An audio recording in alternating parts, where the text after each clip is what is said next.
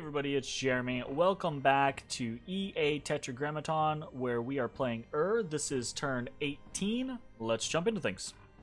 Alright, so we have a little bit of stuff going on this turn.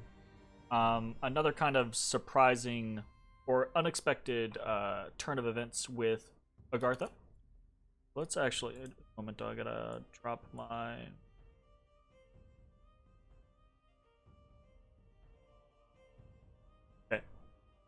So let's go ahead and take things in turn. So first and foremost, we have completed Alteration 4.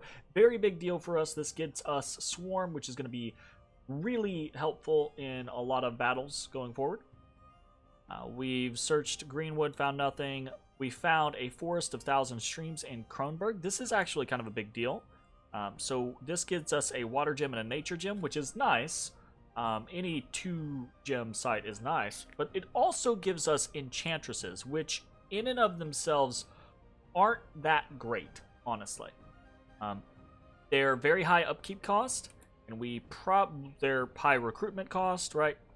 Not really something that we're gonna want a lot of. However, they do have access to fire, right? And that's potentially a big deal. So we're not gonna do it right now, but hopefully we're gonna roll a couple of these. And if we get a fire random, fingers crossed, then we will probably do some site searching via that end of that mage, basically. Fingers crossed there. And we found nothing else in Greenwood, so let's actually take a look at these battles. So we have a battle here in Bell, and then we attack in the Womb. The battle in Bell is... oh, okay. So this is this giant block of Great Olms that Agartha has, along with a cluster of Cavern Guard and some Dark Vines. The Dark Vines are potentially dangerous because they have so many hit points that they can kind of like hold us up.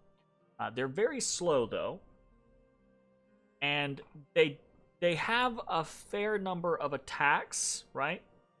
But nothing else is going to fit in their square with them, basically. So it's just these attacks per square that we have to deal with.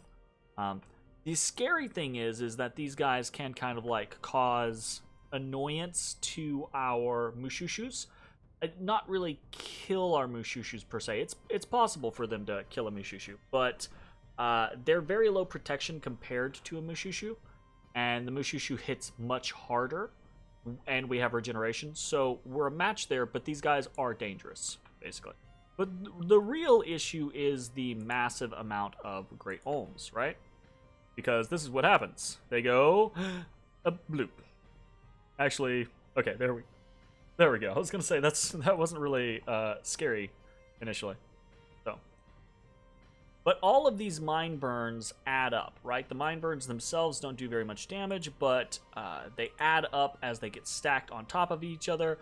They break up the overall flow of your forces. He actually has the Cavern Guard and the Dark Vines set up fairly well to catch someone. We can beat this army. However, we are definitely going to take losses trying to fight this army. That's going to be it. Moving on to the next one, we've got a battle here in the Womb from our troops. This is pretty easy, right? We've got our little cluster of forces just going up against some cavemen. I think actually we just slaughtered the whole thing. But nothing much to do there. We did lose a single Guard. Cavemen hit pretty hard, so that's understandable. Okay, a couple of events. We have found a handful of gems in a hot valley in Sinkhole Swamp, +2 fire gems. We have found a handful of gems in a hot valley in Perenna, so another 3 fire gems. There's a festival held in honor of Nizar II in Gladewood, so our faith has increased, Dominion +3. And then a lone Hydra has attacked the province of Sinkhole Swamp, so this is kind of potentially bad, because Sinkhole Swamp doesn't have a lot of province defense yet. So we've got a singular Hydra, which is kind of a scary opponent, right? Bunch of hit points, regeneration, bunch of attacks.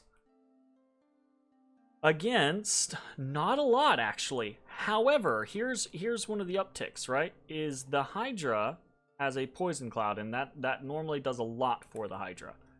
But the Lizard Warriors are poison resistant. It's not it's gonna help, but it's not gonna help as much. So this is a little scary.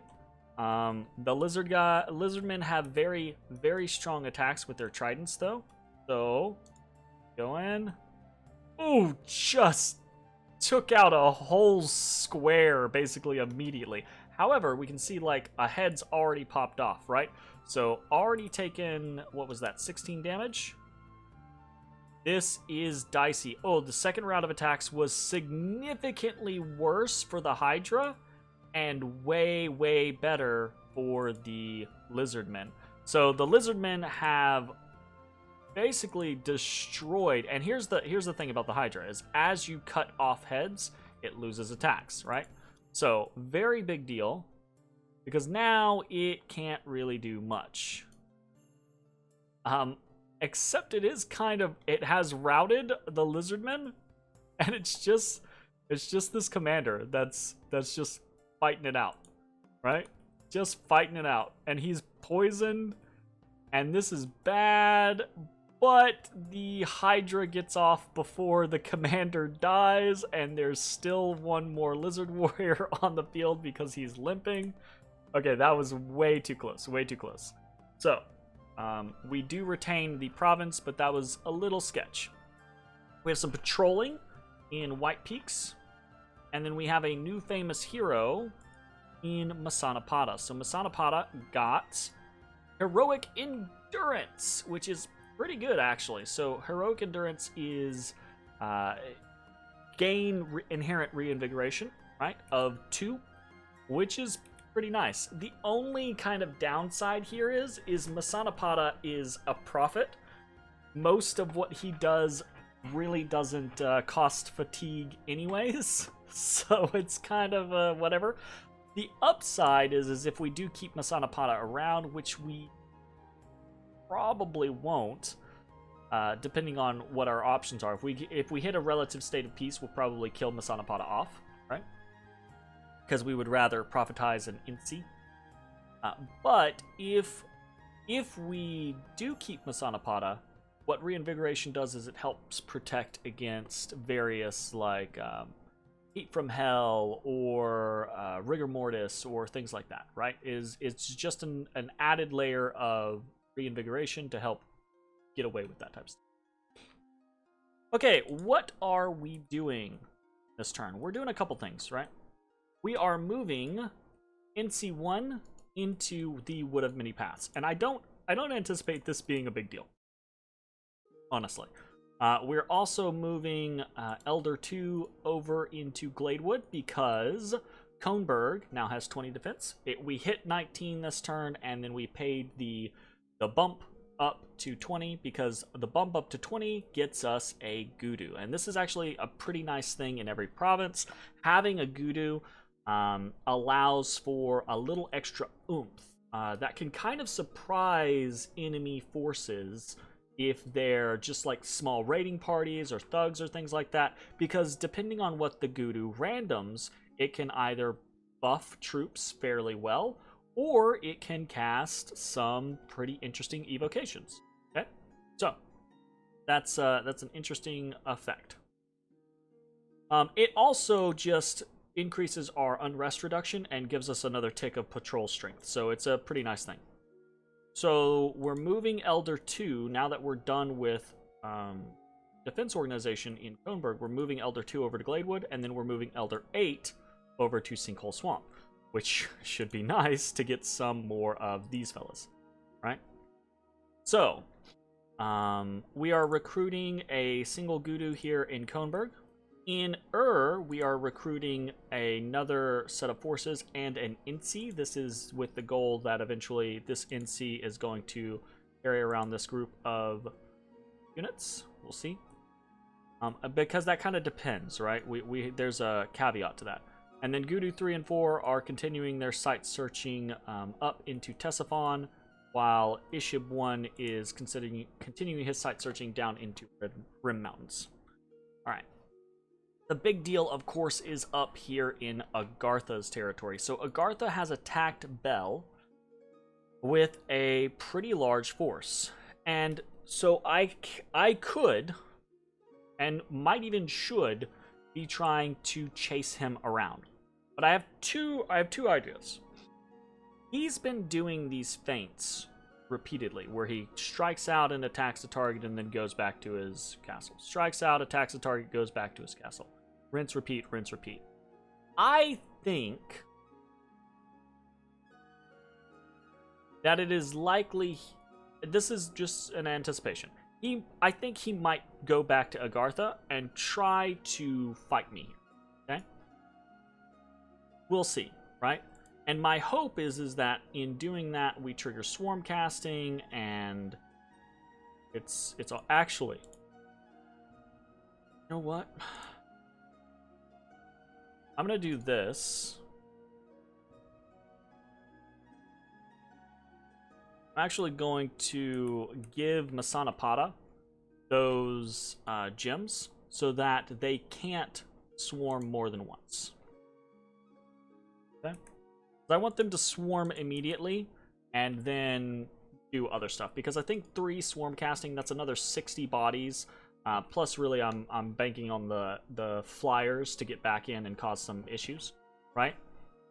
I think that's enough, but I think it's possible that we do one fight and win that fight, and then I might use all of my nature gems. So I want to kind of save some of them for a second fight, right? Because I think there's probably going to be a big fight here in Agartha, and then maybe another fight. We'll see, though. It's possible that he decides, oh, I'm just going to run around in Ur's territory. If he does that, it's gonna hurt. However, I think at this point, it's going to behoove us to try to go ahead and just get onto his capital and end his ability to recruit, rather than it is to try to chase his army around. If he is successful in anticipating where we are going, or if he is successful in avoiding us, basically is what I meant to say, and we were to try to chase him around, then he'd just continue to make more forces, and the fight would elongate over and over and over again. As it is, if he attacks into our lands, well, we have this force here with NC1 that's going to be done expanding, right? It's going to finish off Wood of Many Paths next turn, and then he can head up towards We have a new general that we're recruiting. We'll have him in 2 turns, and we're getting more of a force here in So we have forces that we can try to respond with if he decides he's just going to come down into my land and attack me that way, right? And in fact, that might actually prove to be the best result for us. It will cost us progress on some of these provinces, etc., right? Which is obviously not what we would prefer, but it is what it is, right? If at the end of the day, in the next five turns or so, I can have Agartha and all of these lands locked down, I think that should end up being pretty good. So one other big thing is happening. So that's why we're heading on to Agartha this turn. I anticipate he's actually going to come back and try to fight me here, but we'll see. So one other big thing is our research. So our research has been to run up to Alteration 4 as quickly as possible. We have arrived where we've taken Swarm, which is great. I do actually want Alteration 5 because I want Mother Oak, potentially, and I want Wooden Warriors, definitely, okay? Wooden Warriors is great, all right? There's a couple of other good things in here too, like Laws of the Earth is very good.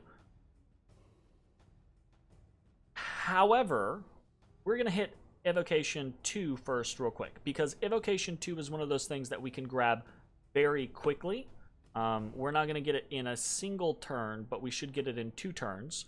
And what that's going to do is that's going to give us access to, namely, Lightning Bolt. At this point, we have 1, to 3 Gudus.